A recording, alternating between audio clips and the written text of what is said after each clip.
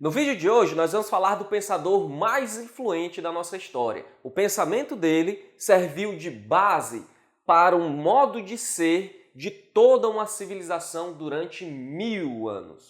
Então já vai deixando logo o seu like, porque o vídeo de hoje está muito bom, se inscreve no canal e ative as notificações para você não perder as nossas próximas publicações.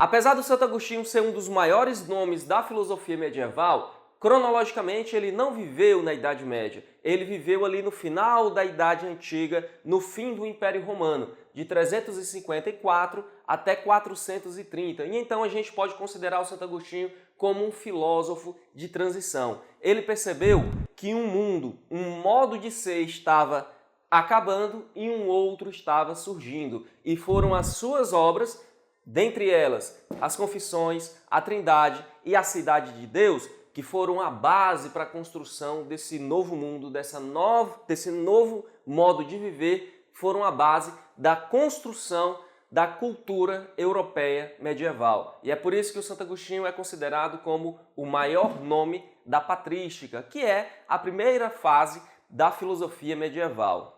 Santo Agostinho nasceu em Tagaste, uma cidade romana no norte da África, e lá, no início da sua juventude, o Santo Agostinho não queria saber de nada com nada. Ele não queria nada com os estudos e aproveitou em muito os prazeres da carne. Era muita bebida e muita mulher. Até que ele começou a criar um pouco de juízo e aí o pai dele, com a ajuda de um amigo rico da família, mandou ele para Cartago.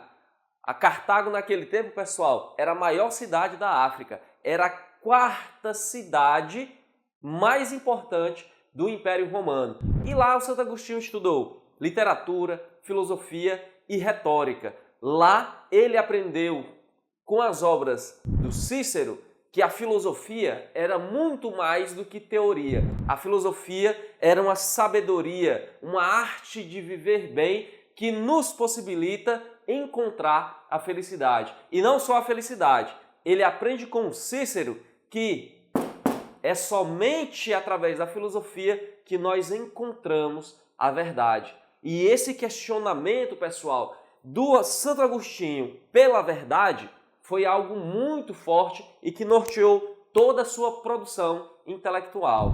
Essa vontade de encontrar a verdade no Santo Agostinho foi tão forte que ele não seguiu o caminho que o pai dele escolheu para ele. Quando o pai dele mandou ele para Cartago para estudar, ele queria que o Santo Agostinho fosse um funcionário do Império Romano e aí ganhasse relativamente bem e tivesse uma vida confortável, que ajudasse a família dele também. Mas o Santo Agostinho seguiu carreira acadêmica, ele queria porque queria encontrar a verdade e acabou se tornando professor de retórica, ou seja, o melhor professor de retórica da época dele. Ele foi o professor oficial de retórica lá de Tagaste e depois acabou se tornando o professor do Império Romano. Com relação ao cristianismo, apesar dele ter uma mãe muito cristã, a Santa Mônica, Santo Agostinho não dava muita bola para essa religião. Ele dizia que o cristianismo era uma doutrina incompleta e que a Bíblia era um livro muito simplório e mal escrito. Era um negócio assim muito sem sentido, que não tinha uma concatenação lógica. Diante disso, ele adere ao maniqueísmo, que apesar de ser uma seita religiosa, tentava explicar a realidade de uma maneira racional e bem materialista. Para o maniqueísmo, o mundo, o universo, se originou e se movimenta através da luta de duas forças originárias primordiais, que é o bem e o mal. Quando ele adere ao maniqueísmo, apesar de já ser um professor famoso de retórica, ele começa de baixo. Ele começa lá como aprendiz e aí passa muito tempo para que ele comece a ascender dentro dessa seita religiosa. E aí ele começa a perguntar, a fazer grandes questionamentos para os sacerdotes, os altos sacerdotes do maniqueísmo. E os caras começam a não ter mais como responder os questionamentos do Santo Agostinho. E aí, diante disso, e também diante da falta assim, de interesse dos estudantes lá de Tagaste, o Santo Agostinho vai para Roma, lá ele se torna também professor de retórica e depois ele vai para Milão, onde lá ele se torna finalmente o grande professor de retórica do Império Romano. E lá, pessoal, acontece também algo muito importante. Santo Agostinho fica sabendo de um sacerdote cristão, um padre cristão, Santo Ambrósio, que é muito bom de retórica, que tem uns sermões que o povo gosta muito, é um cara muito eloquente, e então, por curiosidade acadêmica, o Santo Agostinho vai lá escutar esse cara. Rapaz, todo mundo está dizendo que ele é muito bom, vamos lá ver como é que é a retórica, a eloquência desse grande orador cristão. Só que como ele mesmo fala nas Confissões, ao analisar a forma, ao analisar a retórica do Santo Ambrósio, o Santo Agostinho diz que naquela retórica, naquela fala do Santo Ambrósio, a verdade ia penetrando de maneira suave, de maneira sutil no coração do Santo Agostinho. E aí o Santo Agostinho começa a se questionar, será que realmente a verdade está com a filosofia?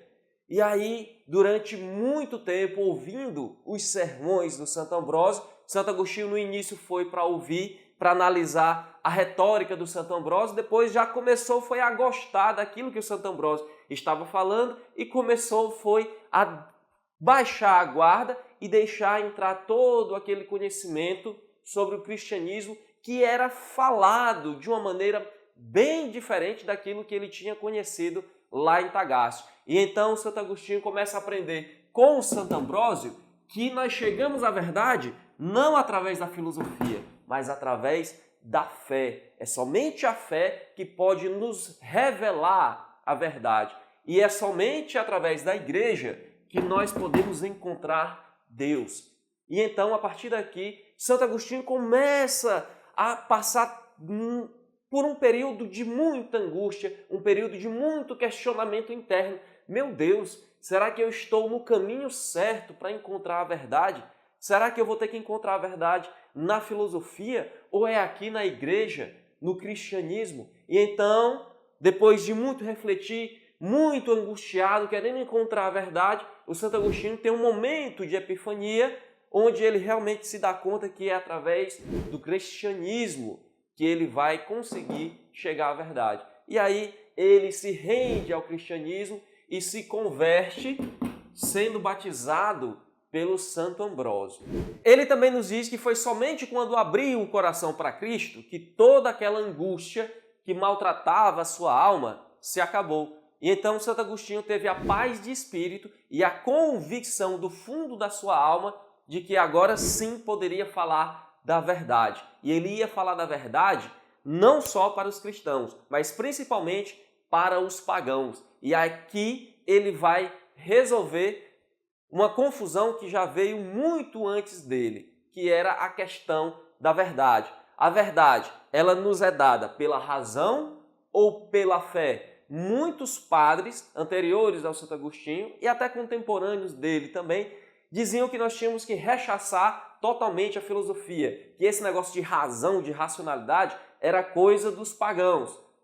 Então, se era coisa pagã, tinha que estar de fora da discussão da verdade. Só que o Santo Agostinho aprendeu com o Santo Ambrósio que a gente pode aproveitar muita coisa da filosofia. A gente pode pegar alguma coisa da filosofia que os filósofos não estavam de um todo errado. E é aqui que o Santo Agostinho, fazendo aqui uma síntese entre elementos do neoplatonismo, lá do Plotino, dos ensinamentos de São Paulo e do Evangelho de São João, vai criar a filosofia cristã. E é aqui, pessoal, somente a partir do Santo Agostinho que a gente vai ter realmente uma filosofia cristã. De acordo com Santo Agostinho, a filosofia pagã prepara o homem para a verdade. Mas por que prepara? Porque que o homem não consegue chegar à verdade pelo puro exercício do seu intelecto, pela racionalidade? Porque, de acordo com Santo Agostinho, o homem é pecador. Ele é um ser degenerado. Ele é um ser corrompido pelo pecado original. E por conta disso, ele não pode chegar à verdade sozinho. Falta aí um elemento que a gente vai encontrar lá na Bíblia, na Sagrada Escritura, em Isaías 7:9. Se não credes, não entendereis. Então a fé não serve apenas para se ter a salvação. A fé em Deus, a fé em Cristo serve também para que nós possamos chegar à verdade. E a razão, que é um dom divino, ela justifica de maneira racional, de maneira lógica, o conteúdo da fé, que é a verdade. A razão, dessa forma, está a serviço da fé.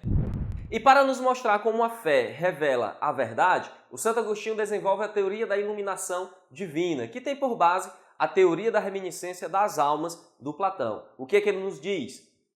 No homem interior habita a verdade. A verdade está dentro de nós. Por quê? Porque quando Deus cria o homem, ou seja, quando a inteligência divina, o intelecto divino cria a mente humana, ele o cria à sua imagem e semelhança. E por causa dessa semelhança que nós temos com Deus, existe em nós uma centelha, ou seja, uma luz natural que nos revela a verdade. E quanto maior for a nossa fé, maior é essa luz e mais fácil nós temos a verdade revelada para a gente. Não é através da filosofia, não é através da dialética, como queria o Platão. Na teoria da reminiscência das almas do Platão, a alma vem do mundo das ideias para encarnar aqui nesse mundo sensível, e quando ela vem do mundo das ideias, ela traz consigo as ideias universais, imutáveis, eternas. Ela traz consigo a verdade. E aqui, nesse nosso mundo sensível, em volta desse nosso corpo material, a alma acaba esquecendo dessas verdades, só que através da dialética, através da filosofia, ela se lembra novamente dessas verdades. O Santo Agostinho vai dizer que é quase isso, porque não é através da filosofia, não é através da dialética que nós chegamos à verdade, é através da fé, porque Deus já colocou a verdade no interior da nossa alma. Então, quanto mais fé nós temos, mais chances nós temos de ter essa revelação da verdade. E é a fé que ilumina a razão, para que a razão possa nos explicar essas verdades que já são nos reveladas pela fé. Nesse sentido, razão e fé, pessoal, para o Santo Agostinho, não são excludentes, como vários outros padres vinham defendendo antes do Santo Agostinho. Eles são complementares, mas, no entanto, o Santo Agostinho deixa bem claro, a razão está a serviço da fé. E pessoal, fazendo uma pequena analogia, eu posso dizer que tudo que a gente viu nesse vídeo é só uma pequena parte, é só uma fagulha, uma centelha daquilo que nós temos no nosso curso de História da Filosofia sobre o pensamento do Santo Agostinho, sobre o pensamento da filosofia medieval como um todo e da história da filosofia de uma maneira geral. Então, se você quer fazer um estudo sistematizado e organizado da história da filosofia, clica no primeiro link aqui da descrição e faz a sua matrícula. Eu tenho certeza que você vai gostar. Eu vou ficando por aqui. Um grande abraço e até a próxima.